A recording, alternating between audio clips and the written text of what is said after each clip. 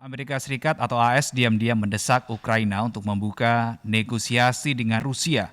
Hal itu terungkap dalam laporan surat kabar The Washington Post mengutip pernyataan beberapa sumber pejabat pemerintah AS. Seperti dilansir Reuters pada Minggu 6 November 2022, sumber itu mengatakan bahwa Presiden Joe Biden secara pribadi mendorong para pemimpin Ukraina untuk memberi sinyal negosiasi dengan Rusia. Apakah AS diam-diam desak Ukraina bukan negosiasi dengan Rusia? Ataukah ada hal lain? Ini menarik untuk kita bahas bersama jurnalis senior Nuim Khayat langsung dari Melbourne, Australia. Selamat pagi waktu Jakarta dan selamat siang waktu Melbourne. Bang Nuim, salam sehat.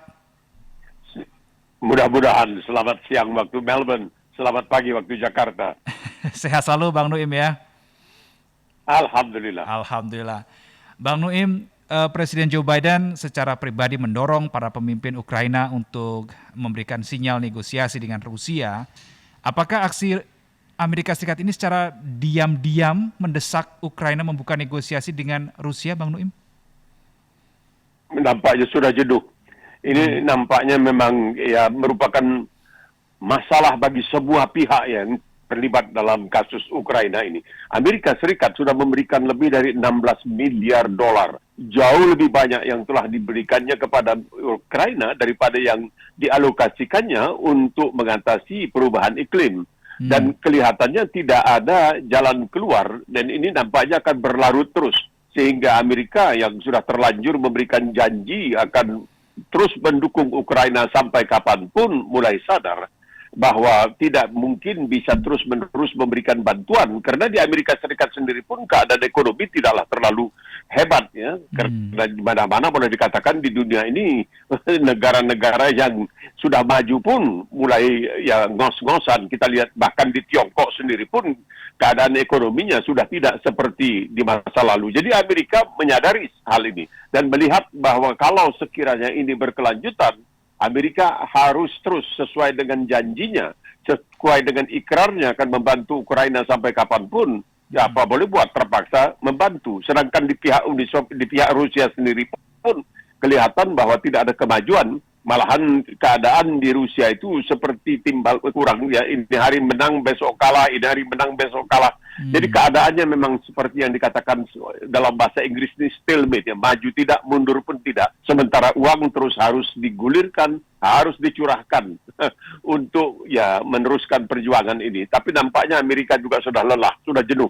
Dan bukan Amerika saja, banyak negara lain juga sudah jenuh dan kabarnya mereka pun sudah mulai memberikan isyarat kepada Ukraina, terutama kepada Presiden Zelensky, supaya bagaimanapun dicarilah jalan agar bisa dilakukan perundingan. Tapi celakanya, Presiden Zelensky sendiri bulan Oktober yang lalu sudah menyatakan bahwa tidak akan berunding dengan orang yang bernama Vladimir Putin.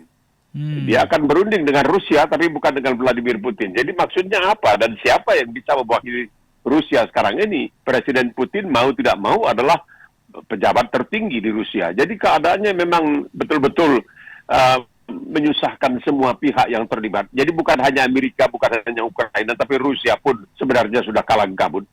Oke, Bang Nuim, Amerika Serikat ini kan juga mendesak Ukraina untuk menarik kembali syarat bahwa negosiasi dengan Rusia baru bisa dilakukan jika Presiden Vladimir Putin diganti.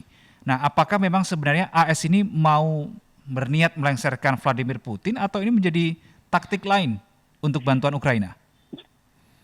Salah satu di antaranya memang itu. Karena bagaimanapun mereka menyadari yang namanya Vladimirovich Putin ini orang bekas KGB, jadi bekas Intel.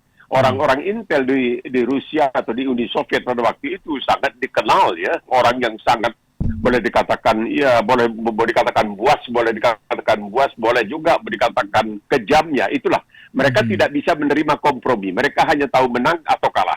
Jadi bagi mereka itu kemenangan itu sudah mutlak. Dan sekarang mereka menyadari bahwa Uni Soviet itu telah dipermalukan sehingga akhirnya bubar.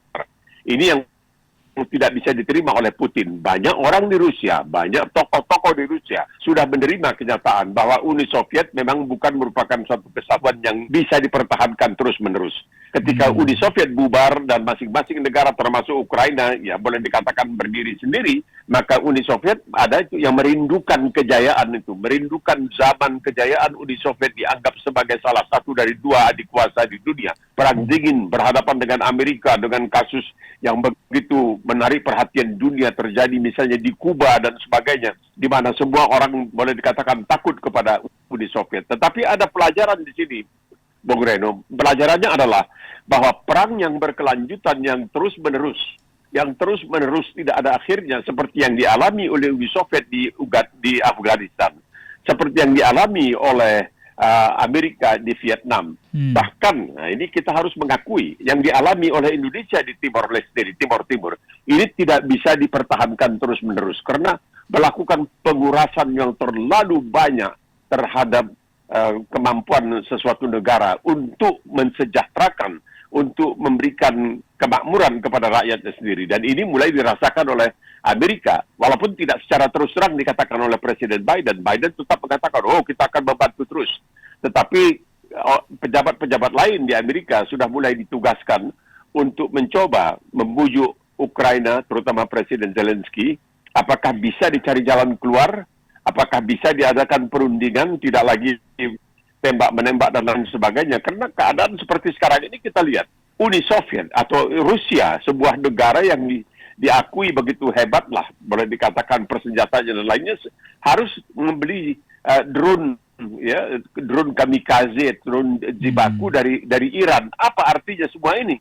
Bahwa memang perang yang terjadi sekarang di Ukraina ini tidak lagi sesuai dengan strategi modern yang ada sekarang ini dalam suatu peperangan, karena kelihatannya pesawat-pesawat tempur sudah tidak lagi begitu bisa dikatakan ampuh untuk bisa menaklukkan lawan, sehingga mereka harus menggunakan drone yang dibeli. Kabarnya sudah sampai ada 1.000 drone yang dibeli dari Iran. Nah, Amerika Serikat sendiri juga terus memberikan. Ini terakhir memberikan lagi $400 juta kepada Ukraina. Inggris sendiri sedang babak belur karena keadaan ekonomi yang boleh dikatakan sangat mendesak, ya, inflasi yang sangat tinggi. Ya, kita lihat Jerman juga sudah kalang kabut karena kesulitan bahan bakar, BBM dan gas dan lain sebagainya. Perancis juga demikian halnya, apalagi ini menjelang musim dingin. Jadi nampaknya jalan keluar satu-satunya adalah bagaimana pertama melakukan perundingan, tetapi jangan sampai ada pihak yang kehilangan muka. Ini yang penting. Bagi Putin rasanya ini ada sesuatu yang berat sekali. Dia harus mempertahankan wibawanya, seakan-akan dia telah melakukan sesuatu yang benar. Karena di Rusia sendiri pun sudah mulai terdengar suara-suara yang mengatakan mungkin Rusia telah melakukan kehilafan ketika melakukan operasi di Ukraina. Cukup sulit sebetulnya, Bang Nuim, kalau persyaratannya adalah perang ini atau perang antara Ukraina dan Rusia ini selesai tanpa ada yang kehilangan muka. Nah, tanpa ada kehilangan muka ini kan suatu persyaratan yang berat begitu ya. Tapi kalau kita berbicara sisi lainnya begini, apa kira-kira titik balik atau turning point yang bisa memacu atau memicu rekonsiliasi atau supaya perang antara Ukraina dan Rusia ini bisa segera berakhir? Ini ada contoh sebenarnya. Contoh di Korea. Korea ini secara teknis, secara formal, ini masih dalam status perang Korea Utara dengan Korea Selatan. Tetapi tidak terjadi tembak-menembak. Ya, belakangan ini gertak-menggertak memang terjadi. Tetapi sudah berapa puluh tahun, dari sejak tahun 1953 boleh dikatakan. Belum pernah ada suatu perjanjian perdamaian. Belum pernah ada suatu pernyataan bahwa peperangan antara kedua negara ini telah selesai. Tidak. Tetapi status quo-nya adalah bahwa ya udah tidak saling tembak-menembak, tidak saling serbu-menyerbu dan lain sebagainya. Jadi ini bisa, akhirnya kedua belah pihak bisa mempertahankan dalam tanda kutip harga diri, muka mereka jangan sampai tercoreng. Jadi nampaknya ini mungkin bisa dijadikan semacam percontohan tanpa harus memproklamirkan gencatan atau memproklamirkan perdamaian atau menyelesaikan peperangan tanpa harus secara resmi, secara teknis. Tapi sudahlah berhenti, jangan saling tembak-menembak. Tapi nampaknya ini akan sulit untuk terjadi. Karena biar bagaimanapun sudah ada wilayah-wilayah di Ukraina sendiri yang sekarang dinyatakan oleh Rusia sebagai bagian dari wilayah Rusia. Nah, Ukraina sendiri tentunya merasa tidak enak karena di negaranya tiba-tiba dicaplok ada bagian-bagian dari negaranya yang menjadi sebuah wilayah mandiri yang afiliasinya atau kesetiaannya kepada berkiblat kepada Rusia. Jadi memang agak pelik. Tetapi kalau bisa dijadikan contoh pada hemat saya, maka apa yang terjadi di Korea mungkin bisa dijadikan contoh. Karena pengalaman negara-negara adik kuasa, dalam hal ini kita katakanlah adik kuasa Amerika Serikat di Vietnam, dan kembali lagi di Afghanistan seperti kita ketahui tahun lalu, dan pengalaman Uni Soviet pada waktu itu di Afghanistan juga akhirnya harus terbirit-birit. Jadi tidak bisa. Peperangan yang berkelanjutan nampaknya harus, kecuali perang saudara yang seperti terjadi di Somalia ya. Tapi dan juga bahkan di Ethiopia pun kita melihat bahwa sekarang ini sudah ada upaya untuk mendamaikan. Jadi nampaknya satu-satunya jalan supaya tidak kehilangan muka adalah bahwa secara formal, secara teknis masih tetap dalam keadaan perang, tetapi dalam kenyataan sudah berdamai. Itu barangkali yang bisa dipakai, yaitu contohnya adalah Korea Utara dan Korea Selatan. Bang Nuim, selain karena memang tadi seperti yang sudah disampaikan Bang Nuim, di awal sekali bahwa Amerika so far sudah mengucurkan dana 16 miliar US dollar untuk Ukraina.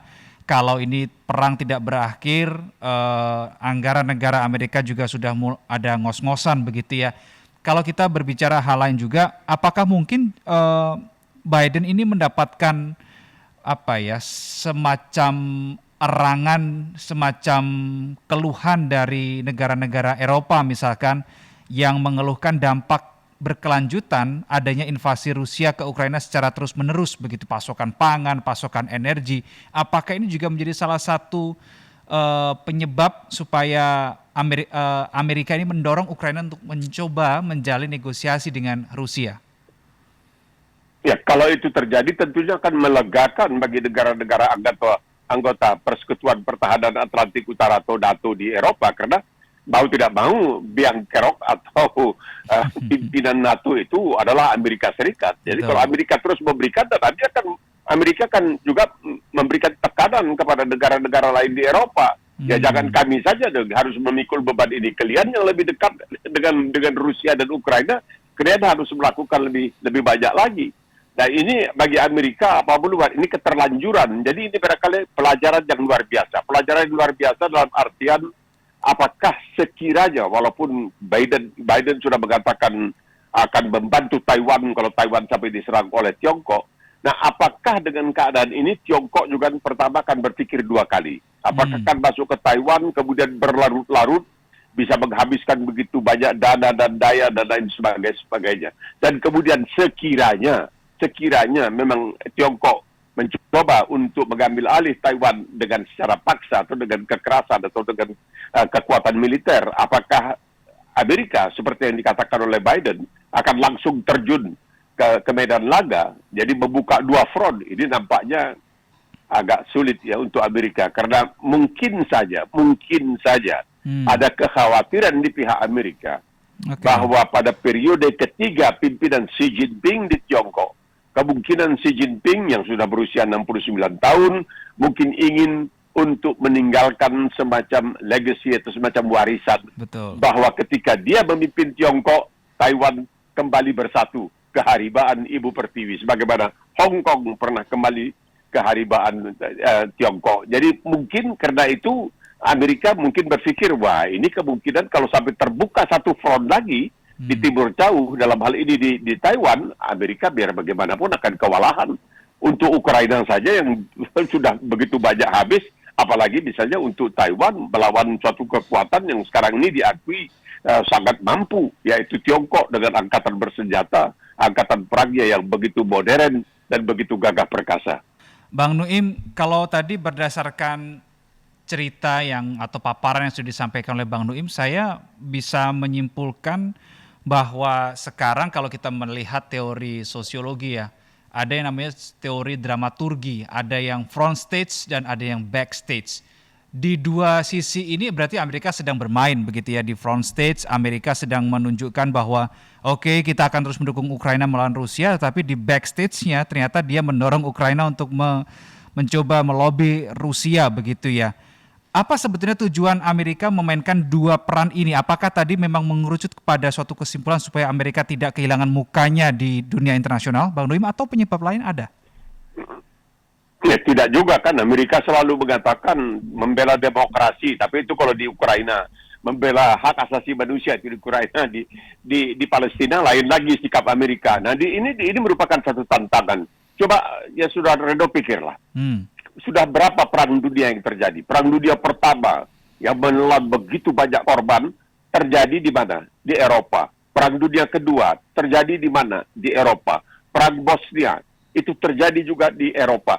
Jadi Eropa ini yang selalu membanggakan, ya, termasuk dalam hal ini Barat lah kita katakan, Amerika yang membanggakan bahwa mereka itu yang paling intelektual, mereka yang paling penuh dengan hak asasi manusia dan lain sebagainya. Tapi mereka yang punya kecanduan untuk berperang dalam hal ini. Dan Amerika melihat, seperti dikatakan oleh banyak orang, bahwa Amerika itu is addicted to war. Amerika itu kecanduan untuk perang karena adanya apa yang diperingatkan oleh presiden mereka, Dwight Eisenhower, tentang adanya di Amerika military industrial complex, yaitu satu kompleks kerjasama antara pihak militer dengan pihak industri. Pihak industri memerlukan peperangan karena mereka tentunya bisa mendapatkan penghasilan yang besar dengan membuat senjata. Pihak militer memerlukan senjata karena untuk apa punya senjata kalau tidak digunakan. Nah, dalam hal ini Amerika punya pendirian bahwa sebagai negara adik kuasa, sebagai pemimpin demokrasi di permukaan bumi ini, sebagai negara katanya yang paling hebat hak asasi manusia dan lain sebagainya, tidak bisa melihat sesuatu yang terjadi di Eropa dengan berpangku tangan saja.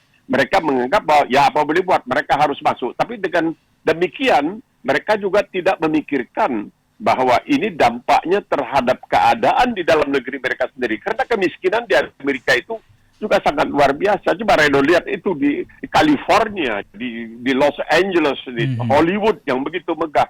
Itu berapa banyak orang yang hidupnya betul-betul hidup di pinggir jalan, di kaki lima.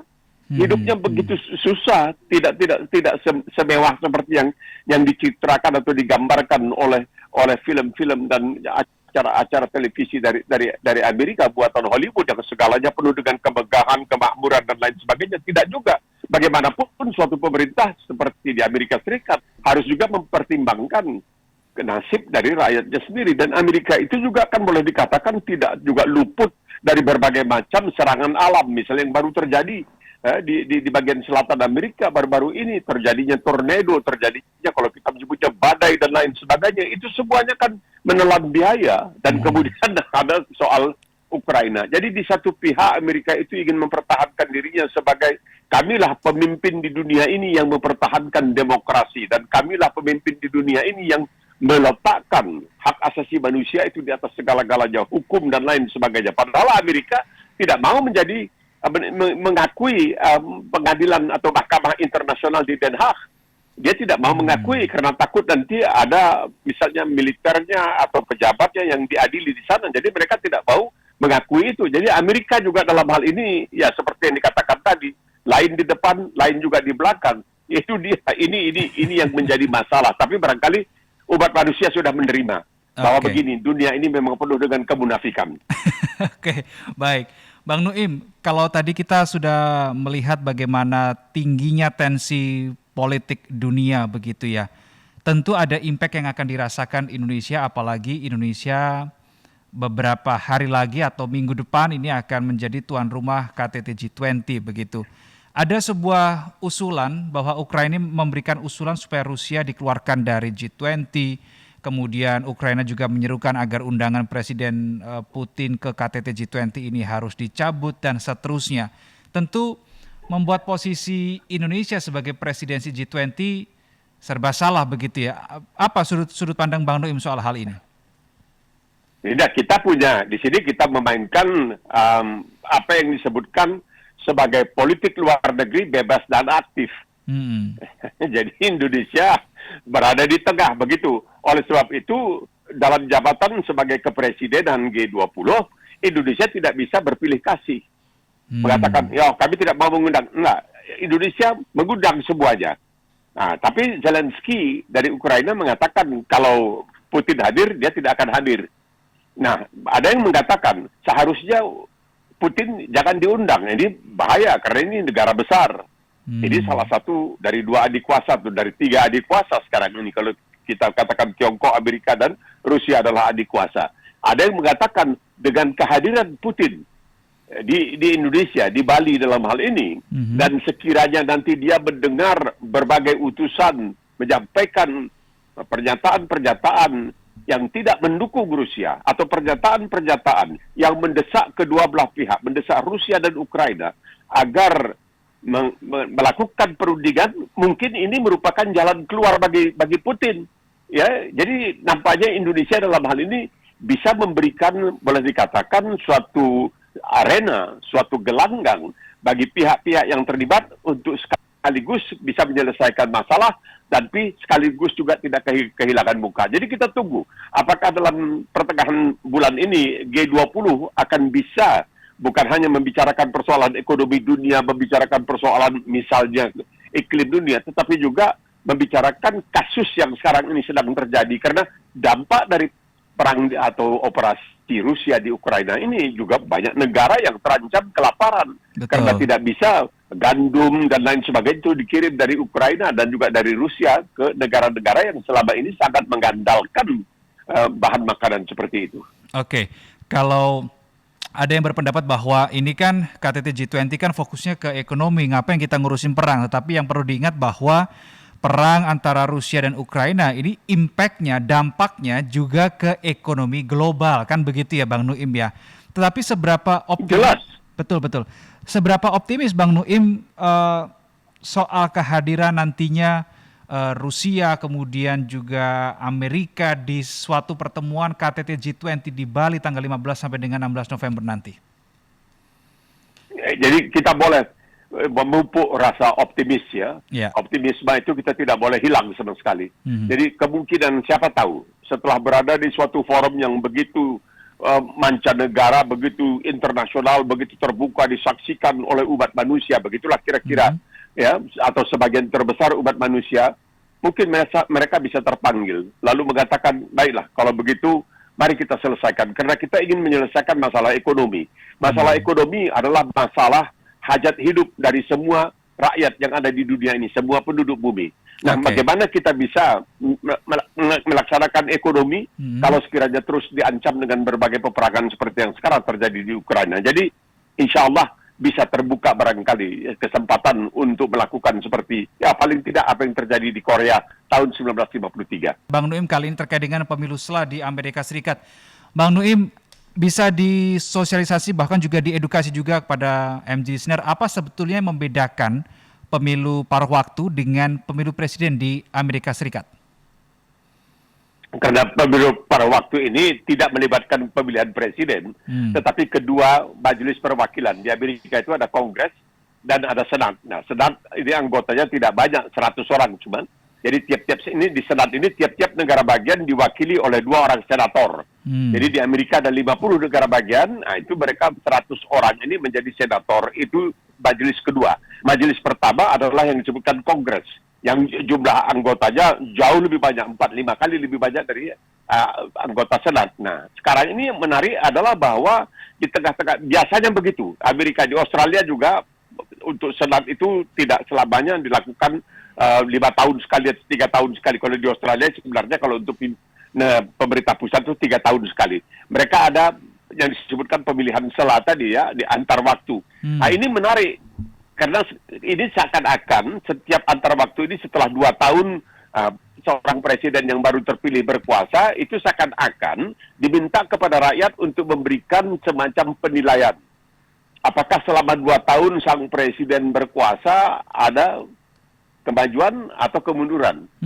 Oleh sebab itu sekarang ini banyak lembaga survei yang mengatakan sangat besar kemungkinan bahwa partai Republik yang selama ini mayoritas di Kongres, sedangkan di Senat itu Partai Demokrat punya 1 suara, ya mayoritas 1 suara, tapi di Kongres Partai Demokrat berkuasa dipimpin oleh Nancy Pelosi yang suaminya baru saja diserang dengan martil baru-baru ini.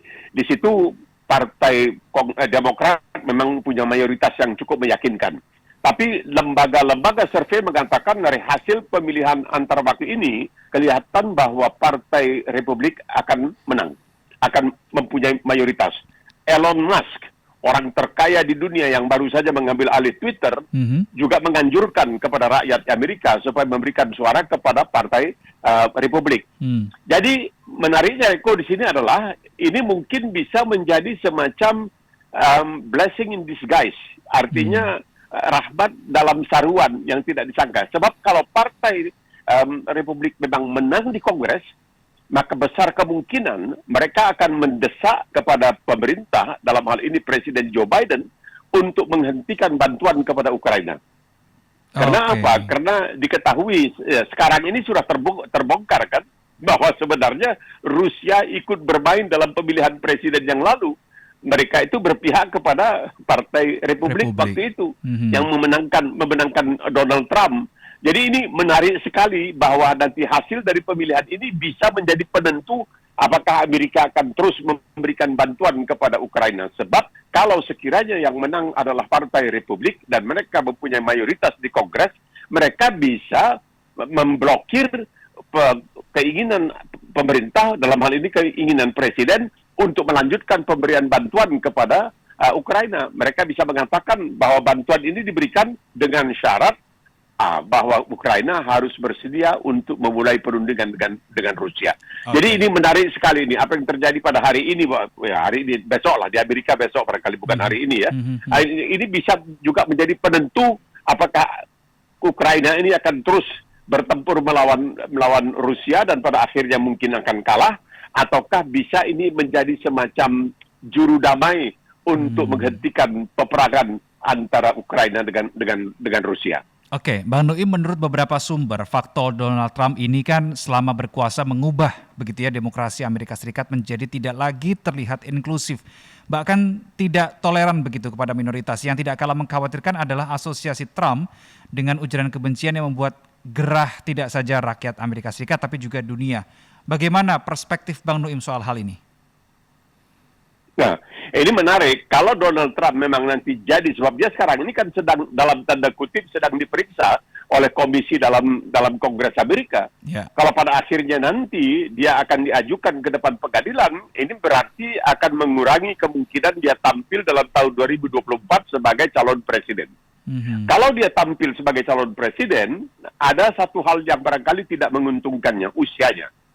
Sementara itu ada seorang gubernur, DeSantis ini dari Florida, yang juga sangat ekstrim kanan juga dia seperti Trump, tapi orang mengatakan Trump tanpa boleh dikatakan daya pikat Trump lah. Tapi dia ini mungkin merupakan calon yang lebih menarik bagi banyak partai orang-orang dari Partai Republik untuk memilihnya. Jadi Trump ini tergantung kepada apa yang akhirnya diputuskan oleh komisi gabungan dalam Kongres Amerika, karena dia punya masalah dalam peristiwa 6 Januari ketika dia tidak melakukan sesuatu untuk mencoba mencegah agar para pendukungnya jangan sampai melakukan serangan terhadap Capitol Hill. Itu yang merupakan sebagai wisma demokrasi di Amerika Serikat. Yang anehnya di sini, Bung Reno, adalah bahwa ketika Trump sampai sekarang, dan banyak sekali orang-orang dari Partai Republik sampai sekarang yang tidak mau mengakui bahwa kemenangan Joe Biden adalah kemenangan yang jujur. Mereka masih mengatakan bahwa Joe Biden, Partai Demokrat, dan mereka yang terlibat dalam Komisi Pemilihan Umum di Amerika melakukan kecurangan, sehingga istilahnya stolen, mencuri kemenangan dari pemilihan presiden itu, masih banyak yang tetap percaya kepada hal yang seperti itu. Walaupun, ini menarik sekali, walaupun wakil presiden di zaman Trump, yaitu Mike Pence, itu mengakui kemenangan Partai Demokrat. Dan dialah boleh dikatakan yang pada akhirnya mengatakan memang Partai Demokrat telah menang, Joe Biden berhak untuk menghuni di Gedung Putih. Tetapi ada 70 juta, sekitar 70 juta pemilih di Amerika. Jadi hampir separuh pemilih di Amerika itu yang masih belum mau menerima bahwa mereka dikalahkan secara jujur, secara sportif oleh Partai Demokrat dalam pemilihan presiden yang lalu. Jadi kemungkinan Trump maju ada. Tetapi ada juga faktor-faktor bahwa mungkin dia akan diadili karena persoalan tanggal 6 Januari, dan mungkin juga karena usia dia tidak akan maju, dan yang akan maju nampaknya adalah orang yang bernama DeSantis, yaitu seorang gubernur dari Florida. Jadi menarik sekarang ini apa yang terjadi di Amerika Serikat. Sedangkan dari Partai Demokrat kita belum melihat ada calon yang bisa dikatakan mungkin punya karisma, karena ya Kamala Harris ini juga masih tidak begitu menonjol sebagai wakil presiden. Jadi kita melihat bahwa kemungkinan Partai Republik untuk menang dalam pemilihan presiden berikutnya memang sangat besar. Baik, banyak sekali informasi disampaikan oleh Bang Nuim. Bang Nuim, terima kasih banyak untuk waktunya sudah berdiskusi di Morning Traffic di pagi hari ini. Sampai bertemu di udara nanti hari Kamis. Bang Nuim, salam sehat. Insya Allah, terima kasih. Sama-sama.